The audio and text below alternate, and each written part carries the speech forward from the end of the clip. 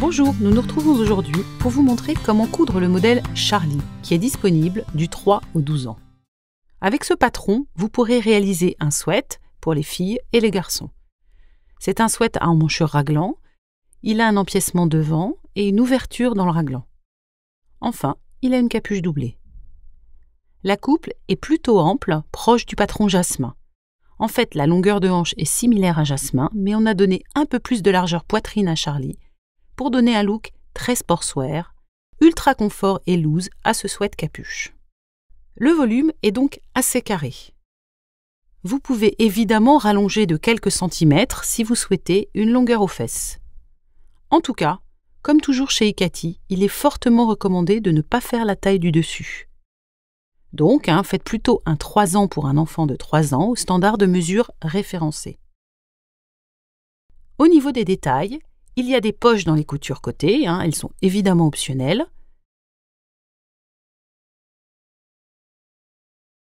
Les poignets et la bande de bas de corps sont prévus en bord-côte, même si vous pouvez utiliser la maille du corps, si celle-ci est bien extensible.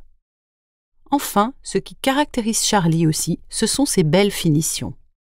D'abord, il y a l'ouverture devant, avec bouton ou pression, et la doublure de capuche qui est montée en fourreau. C'est aussi une technique qui est appelée montage en burrito et qui consiste à enfermer les coutures entre les épaisseurs.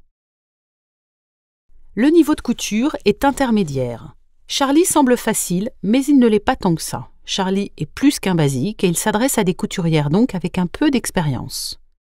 Vous apprendrez à monter une patte dans l'emmanchure raglan, à monter une capuche doublée en fourreau, à monter des poches côté et des bandes au poignet et en bas du corps. Les principaux points techniques sont le montage des pattes d'ouverture dans le raglan et le montage de la doublure de capuche.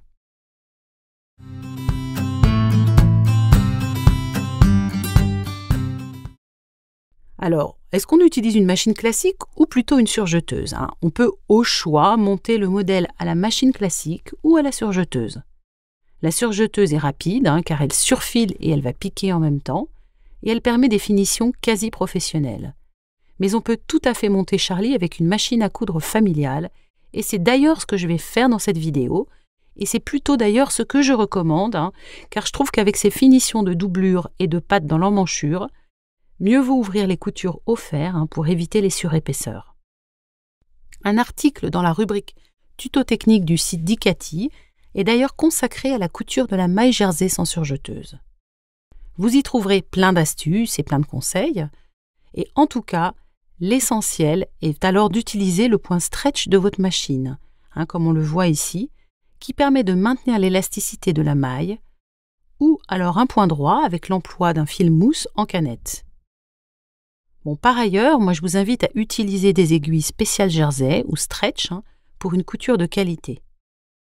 Si vous avez un pied double entraînement, alors là c'est l'idéal. Je précise que pour le montage de la doublure de capuche, on utilisera la machine à coudre classique. Enfin, je vais utiliser une surjeteuse pour surfiler toutes mes pièces de patron, mais cela aussi, vous pouvez le faire avec une machine classique en utilisant simplement le point zigzag.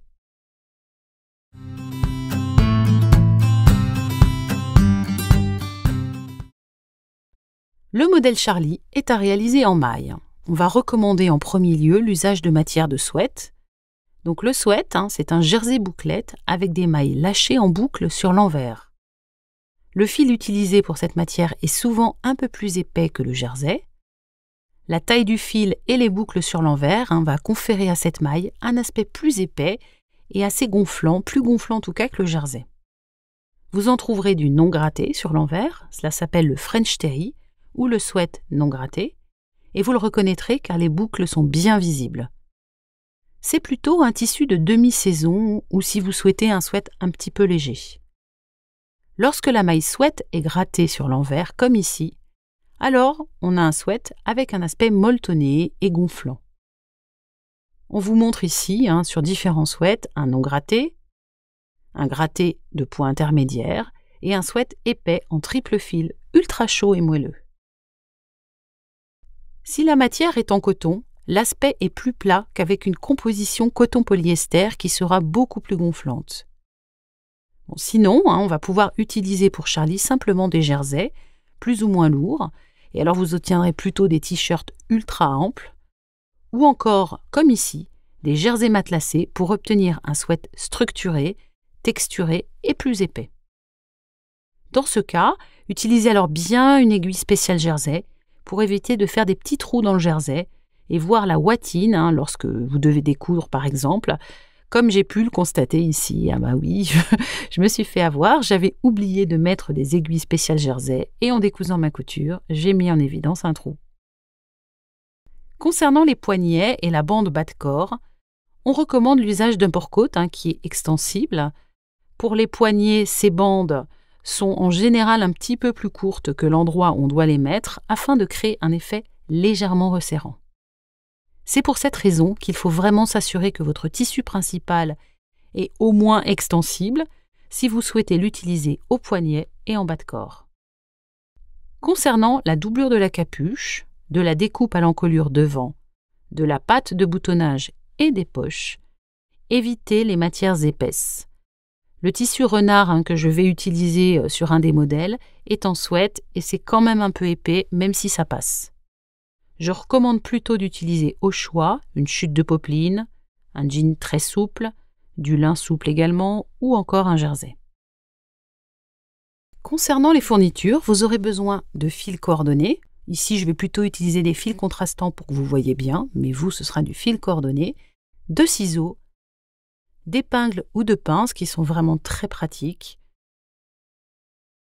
d'une aiguille pour quelques coutures à faire à la main, d'une aiguille à jersey ou spécial stretch pour la machine à coudre et idéalement pour la surjeteuse si vous décidez de l'utiliser, et enfin de boutons ou de pression, alors plutôt des pressions pour sweat ou anorak car vous aurez un peu d'épaisseur au niveau de la patte. Il vous faudra aussi un morceau de toile fine thermocollante pour renforcer les pattes au niveau du boutonnage. En option, vous aurez besoin d'un fil mousse pour la canette si vous souhaitez coudre à la machine au point droit et non au point stretch.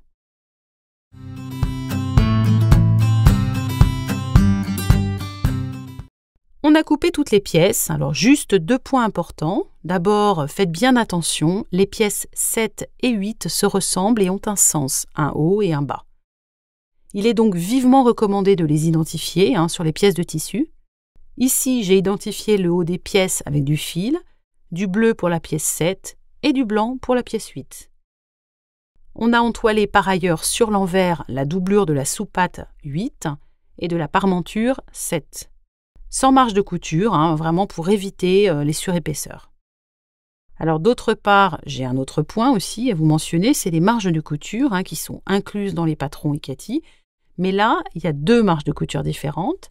Elles sont en général de 7 mm partout, sauf au niveau des coutures côté du corps, où là, elles sont de 1 cm, ce qui va permettre le montage des poches insérées dans les coutures côté.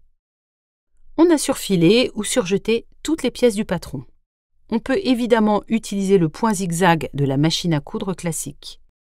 Ici, j'ai surfilé à la surjeteuse 3 ou 4 fils, alors normalement c'est plutôt le 3 fils juste pour surjeter. On pourrait évidemment à la surjeteuse ne pas surfiler le contour, mais faire cela en même temps que les piqûres d'assemblage des pièces entre elles. Et alors on utiliserait la surjeteuse 4 fils. Bon, moi j'ai choisi l'option surfilage avant pour les pièces, les unes indépendamment des autres, et j'assemblerai ensuite à la machine à coudre familiale avec des marges de couture ouvertes après piqûre. Et ainsi, moi j'éviterai d'avoir des surépaisseurs au niveau des coutures. Enfin, dernière astuce, si vous utilisez comme moi ici un bord-côte épais en grosse côte, au surfilage à la surjeteuse, le bord-côte épais aura tendance légèrement à se détendre comme on le voit ici. Alors, j'ai choisi de régler le différentiel de ma surjeteuse sur 1,3 pour retenir bien la matière et éviter qu'elle ne se détende.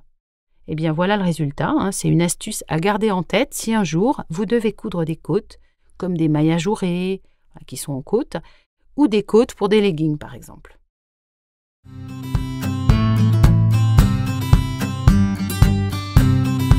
On va placer endroit contre endroit l'emmanchure de la manche droite, la plus longue des emmanchures avec un seul repère, avec le dos en alignant les lisières. On va épingler.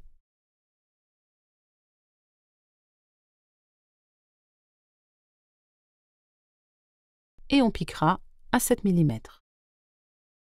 On a répété avec la manche gauche, que l'on a déjà cousue ici avec le dos. Et enfin, on ouvrira des deux côtés les marges de couture au fer ou au doigt, comme ici. On va maintenant aligner endroit contre endroit l'emmanchure droite au porté avec le devant en calant les repères. On va épingler.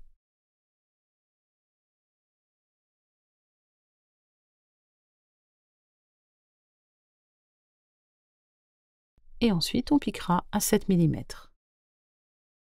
Voilà, on a piqué. Alors, comme précédemment, on va ouvrir les marges au fer ou au doigt.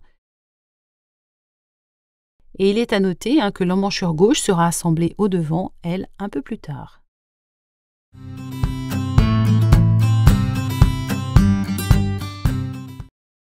On va former la capuche en tissu principal. Et pour cela, on va placer endroit contre endroit la bande centrale capuche avec un des côtés de la capuche en alignant les repères. On épingle tout le long.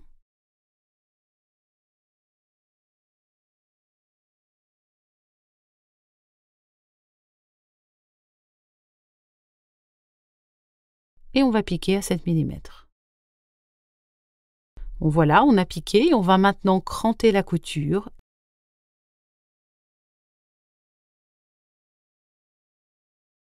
Et ouvrir les coutures au fer ou au doigt. Et on répétera en symétrie avec l'autre côté de la capuche. Voilà, on a piqué l'autre côté et on a cranté également les marges de couture. On va placer endroit contre endroit l'extrémité de la bande d'encolure devant la pièce numéro 6, le long de l'entrée de capuche droite au porté. On aligne les lisières, on épingle ensemble et on va piquer à 7 mm, puis ouvrir les marges de couture. On va maintenant former la doublure de la capuche. Avec les pièces de la doublure, on place endroit contre endroit la bande centrale doublure capuche avec un côté de la doublure capuche. On va aligner les repères, on a épinglé et on a piqué à 7 mm et enfin ouvert les coutures au fer. On a répété en symétrie avec l'autre côté de la capuche, mais en laissant cette fois-ci 10-15 cm ouverts et donc non cousus. En fait, l'idée, c'est de permettre ensuite de retourner la capuche lorsqu'on fera l'assemblage en fourreau. On a placé endroit contre endroit l'extrémité de la doublure de la bande d'encolure devant numéro 6, le long de l'entrée de la doublure capuche gauche. Et donc, c'est bien à l'inverse de la capuche extérieure que nous avions déjà montée. On a aligné les lisières, épinglé et piqué à 7 mm et on a ouvert les marges de couture au fer. Donc on a des pièces un peu symétriques entre la capuche et la doublure capuche. On va maintenant assembler la capuche au corps avant d'assembler la capuche à sa doublure. Mais pour ce faire, on va d'abord placer endroit contre endroit la capuche en tissu principal le long de l'encolure en calant les coutures dos ensemble et les coutures de la capuche avec les coutures d'emmanchure raglan. On va épingler tout le long.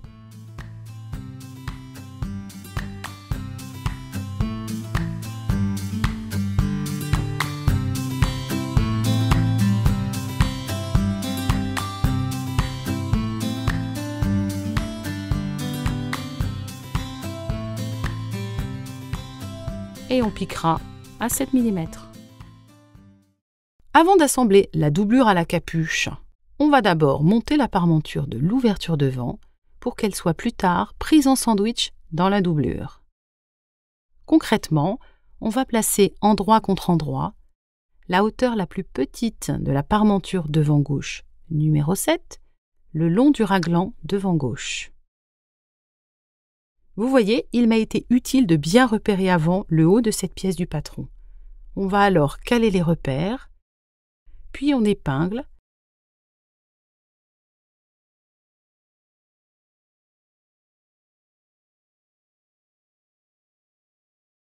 Et on va ensuite piquer à 7 mm.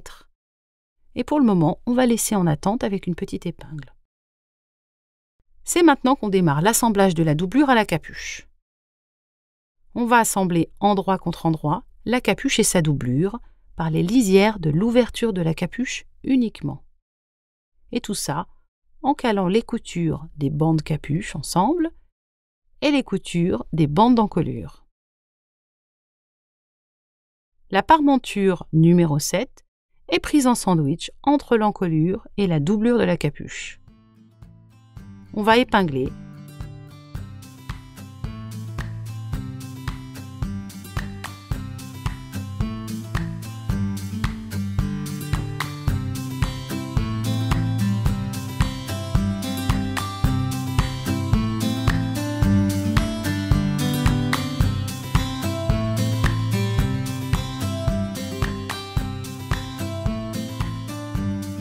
Et on piquera à 7 mm. On a couché la marge de couture le long de l'envers de la doublure. On peut repasser et surtout maintenant on va sous-piquer la doublure, c'est-à-dire qu'on va piquer la marge de couture à 2 mm du bord en s'arrêtant juste avant la parmenture, la pièce numéro 7. Ainsi, la doublure va rester à l'intérieur de la capuche. On va d'ailleurs plutôt piquer au point droit, qu'il n'y a pas d'étirement fort sur cette partie à l'usage du sweat, et la couture visible sera plus jolie qu'en point stretch.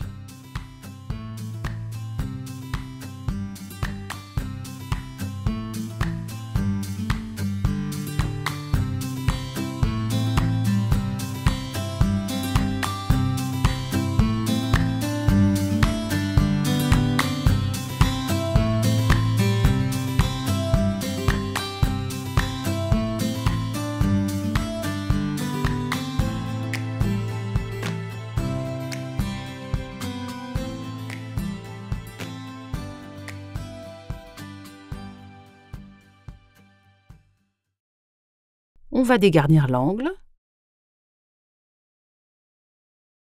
et on va retourner la parmenture numéro 7.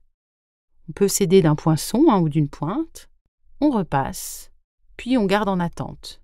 Le bas de la parmenture numéro 7 n'est pas fixé. La doublure de la capuche peut être retournée et mise dans la capuche, envers contre envers, mais elle n'est toujours pas tenue à la base de l'encolure et devra donc être assemblée à ce niveau à l'étape suivante. On va fermer la doublure de la capuche par une couture en fourreau. C'est une couture qui va être enfermée entre les épaisseurs. Alors c'est la partie un peu délicate du montage. Pour cela, on va vraiment ouvrir la capuche en écartant la capuche de sa doublure. L'envers de la doublure se retrouve sur la table. Puis, on rabat les manches sur le corps. On enroule le corps et les manches sur eux-mêmes.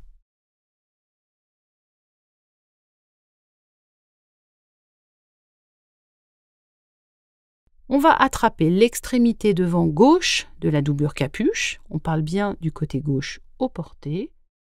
Et on la passe au-dessus de l'endroit de la capuche pour venir la positionner endroit contre endroit à l'extrémité gauche de la capuche.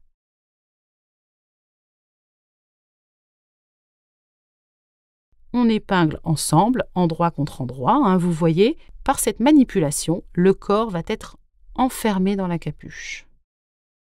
On rentre entièrement le rouleau, formé du corps et des manches, à l'intérieur de la capuche, entre l'endroit du tissu principal de la capuche et l'endroit de la doublure capuche.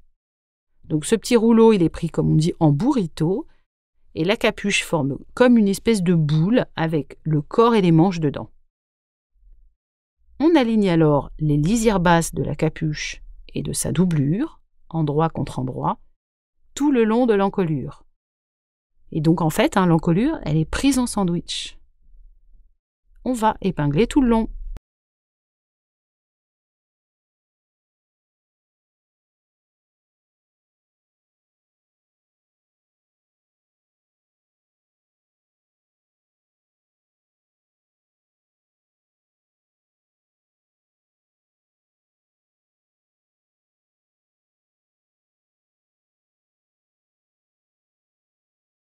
On a piqué à 7 mm. La partie avant de l'encolure, la bande d'encolure numéro 6, ne pourra pas être piqué à ce moment-là. On va devoir s'arrêter avant, parce que bon, il y a c'est trop étroit. Donc on va dégarnir l'angle de l'extrémité gauche au porté de la capuche, et puis on va tirer sur le rouleau formé par le corps et les manches que l'on va faire ressortir par la fente qu'on avait laissée ouverte dans la doublure de la capuche. La capuche va donc se former alors avec les deux épaisseurs, c'est-à-dire le tissu principal et le tissu de doublure qui vont bien se retrouver envers contre envers avec des coutures enfermées entre les épaisseurs. Au fait, comme vous avez pu le voir, là j'ai fait une petite découpe, moi, sur mon tissu avec renard, sur la bande centrale de la doublure, car j'avais fait en fait un rapiècement pour utiliser mes chutes de tissu. En temps normal, vous ne devriez pas avoir cette petite découpe. Et bien maintenant, il ne vous reste plus qu'à refermer toutes les ouvertures.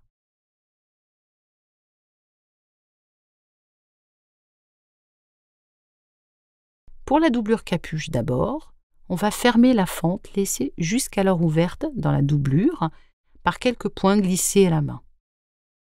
Évidemment, on va marquer des rentrées de valeur de couture. Vous pourriez aussi pincer et faire une couture à la machine au point droit, mais bon, moi je trouve que ça se voit un petit peu plus au final.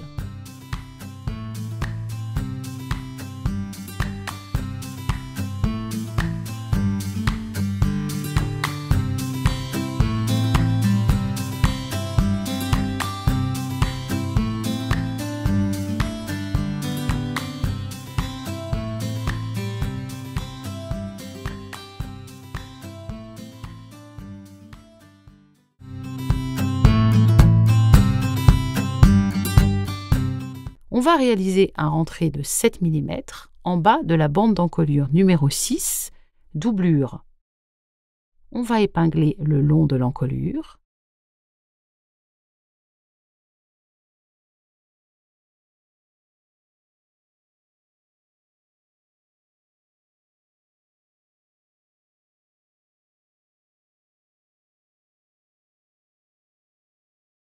Et on va finir de fermer la doublure de cette bande par quelques points glissés à la main. Alors une petite précision pour les points glissés, pour qu'ils soient bien faits et peu visibles, on va piquer à la lisière, juste en face de l'endroit où on a d'abord piqué l'aiguille. On ressort donc en face et on forme un point un petit peu plus loin pour avancer. Et surtout, on ne prendra que quelques fils dans l'épaisseur de l'envers du tissu, sans traverser le tissu, sinon vous verrez les points.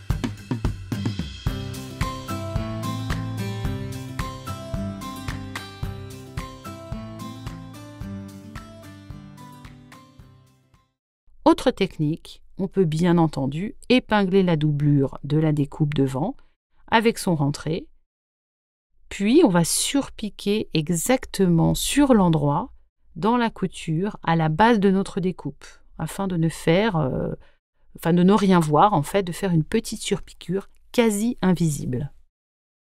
Alors, un petit point de précision, vous avez en option la possibilité d'ajouter, comme ici, une surpiqûre à 3 cm du bord, tout autour de la capuche, pour bien maintenir la doublure en place et puis donner un côté un peu plus sportswear.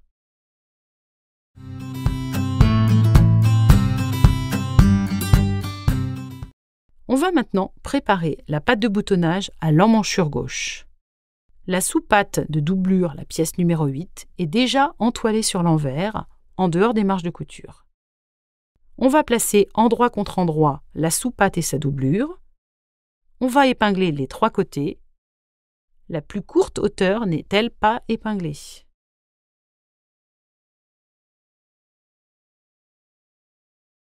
On a piqué ces 3 côtés à 7 mm du bord. On va dégarnir les angles et cranter l'arrondi.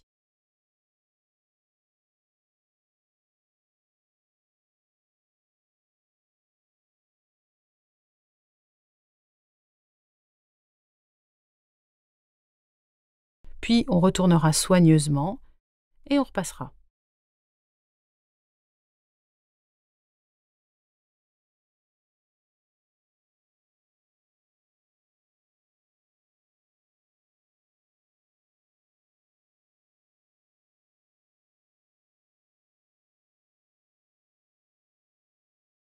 On a surfilé la longueur à vif en prenant les deux épaisseurs en même temps.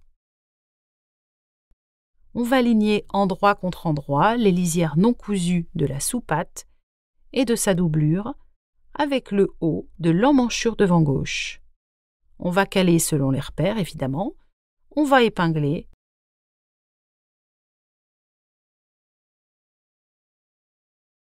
Et on piquera à 7 mm. On a retourné le sweat envers visible. On va aligner endroit contre endroit le haut de la patte et la sous-patte à la lisière du col. Tenir les hauts ensemble par une pince. Et puis, on va dégager en retournant le bas de la parmenture numéro 7 du devant. Et on va l'épingler avec le bas de la sous-patte, endroit contre endroit. On va alors cranter dans la marge de couture.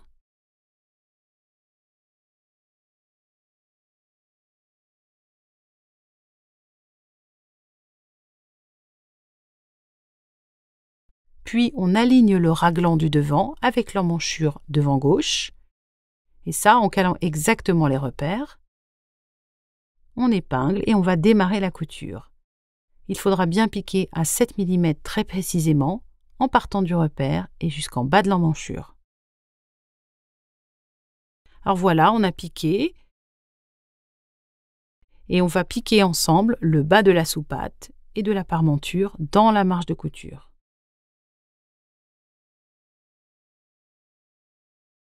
Voilà, on a piqué.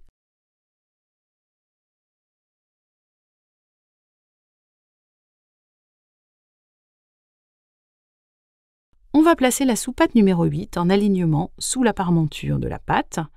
On couche les marges de couture de la sous-patte sous la manche et on va surpiquer à ras jusqu'en bas de l'ouverture ou plutôt jusqu'à 1,5 à 2 cm du bas car on a pas mal d'épaisseur en bas. Et on va maintenant repositionner totalement la parmenture numéro 7 sur l'envers du devant. On va repasser, on épinglera et on surpiquera devant à 2,5 cm du bord en formant l'arrondi du bas jusqu'au repère. Alors on va plutôt procéder en ouvrant le travail en bas au niveau des pattes pour éviter les surépaisseurs et travailler bien à plat. Puis on commence à piquer par le haut, on va faire bien délicatement un arrondi et on s'arrêtera au-dessus de la piqûre qu'on a faite entre les deux parties de la patte. Moi ici, je dessine ma courbe avec un stylo textile friction pour bien me guider. Voilà, la patte d'ouverture est montée et assemblée dans le raglan. On voit bien que la surpiqûre s'arrête avant la piqûre de jonction des bas de patte.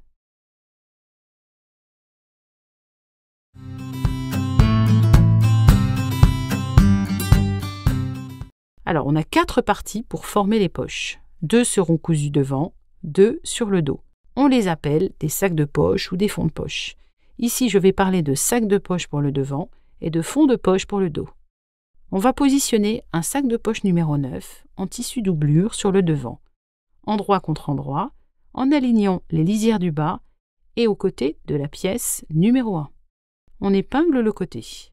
On va piquer à 5 mm la poche et le devant entre les repères d'ouverture de poche. Voilà, je l'ai fait sur la poche en symétrie pour vous montrer le résultat.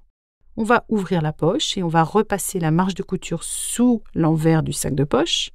De votre côté, il faudra le faire aussi en symétrie sur l'autre poche du corps, devant. On a répété au dos avec les autres fonds de poche, les fonds numéro 9, que l'on a placés endroit contre endroit, le long des côtés du dos, et qu'on a piqué à 1 cm cette fois de la lisière et non pas à 5 mm. Je vous rappelle que sur les côtés du corps, on a bien 1 cm de marge de couture incluse. On va placer le devant du vêtement endroit contre endroit sur le dos. On va faire coïncider les lisières côtés, puis on épingle ensemble du haut de l'emmanchure jusqu'en haut de l'ouverture des poches. Enfin, on va piquer à 1 cm du bord pour assembler le dos et le devant du sweat d'abord, du haut jusqu'en haut de l'ouverture de poche, puis on redémarrera du bas juste un petit peu au-dessus du repère d'ouverture de la poche du bas. Je l'ai fait déjà en symétrie pour vous montrer. De votre côté, il faudra répéter évidemment sur l'autre côté avec l'autre poche. On va maintenant cranter à 0,5 cm du bas de la piqûre de poche devant, dans l'épaisseur du devant et du dos, mais pas dans les poches. Puis, on va répéter au dos.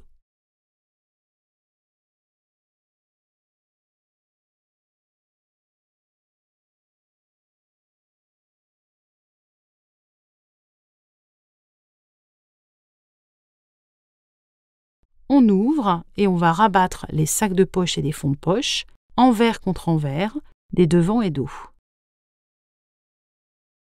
On va piquer à 2 mm du bord, l'entrée de poche et le devant. On ne va pas piquer au dos.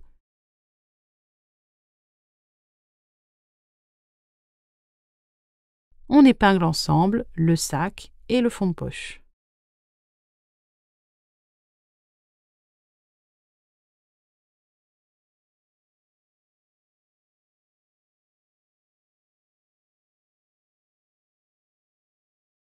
Voilà, on a piqué le pourtour arrondi à 7 mm des bords et le bas.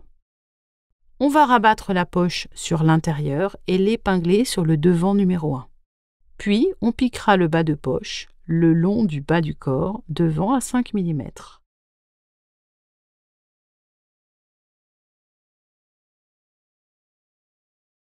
On fera aussi 2 points de renfort, des points d'arrêt en aller-retour, en haut et en bas de l'ouverture de la poche devant, sur l'endroit du tissu. On vous montre ici le résultat sur la poche qu'il faut faire en symétrie.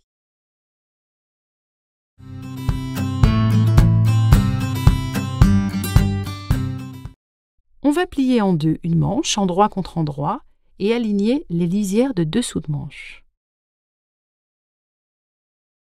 Il reste à piquer les dessous de manche en démarrant du bas de l'emmanchure jusqu'en bas des manches, ce qu'on a fait sur l'autre manche en symétrie à 7 mm, pour vous montrer le résultat. On va évidemment ouvrir les coutures au fer comme d'habitude, et on va répéter sur l'autre manche.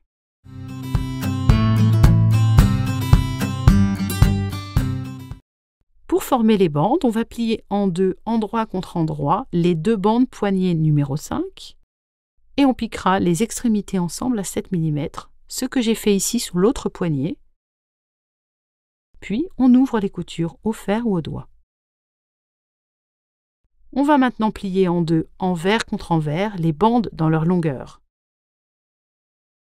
Puis, on divise chaque bande en cercle en 4 parties égales, que l'on va marquer par des épingles.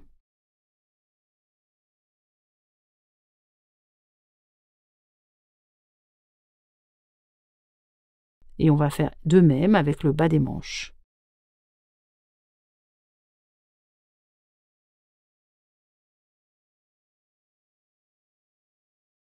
Ensuite, on va faire coïncider les épingles en alignant les lisières endroit contre endroit, ce qui permet de répartir l'étirement de la bande, qui est à peine plus courte que le bas des manches.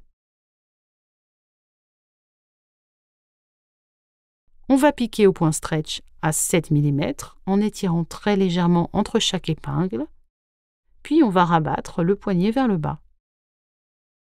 On répète sur l'autre poignet, ce que j'ai déjà fait moi, pour vous montrer le résultat.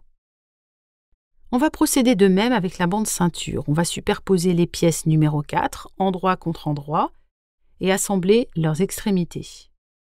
Puis on plie envers contre envers et on divise la bande en 4 parties égales, ainsi que le bas du corps. On marque par des épingles. On positionne la bande endroit contre endroit en bas du corps en faisant correspondre les épingles. On épingle au démarrage les coutures de la bande, alignées aux coutures côté du corps.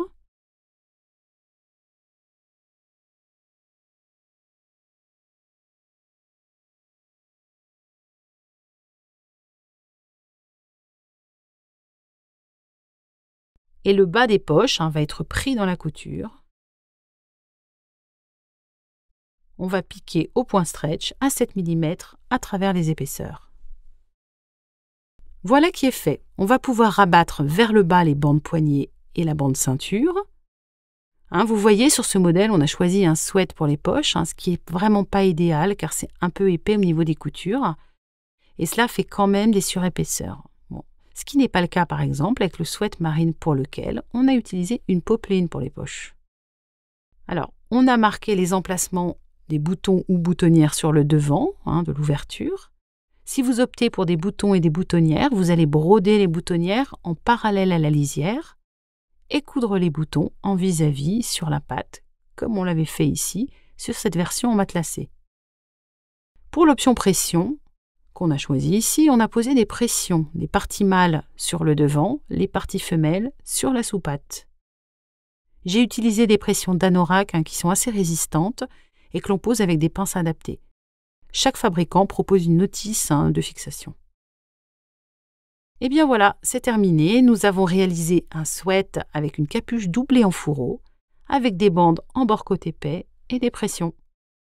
Nous espérons que cette vidéo vous a été utile et c'est à vous de jouer maintenant. Bonne couture et à bientôt!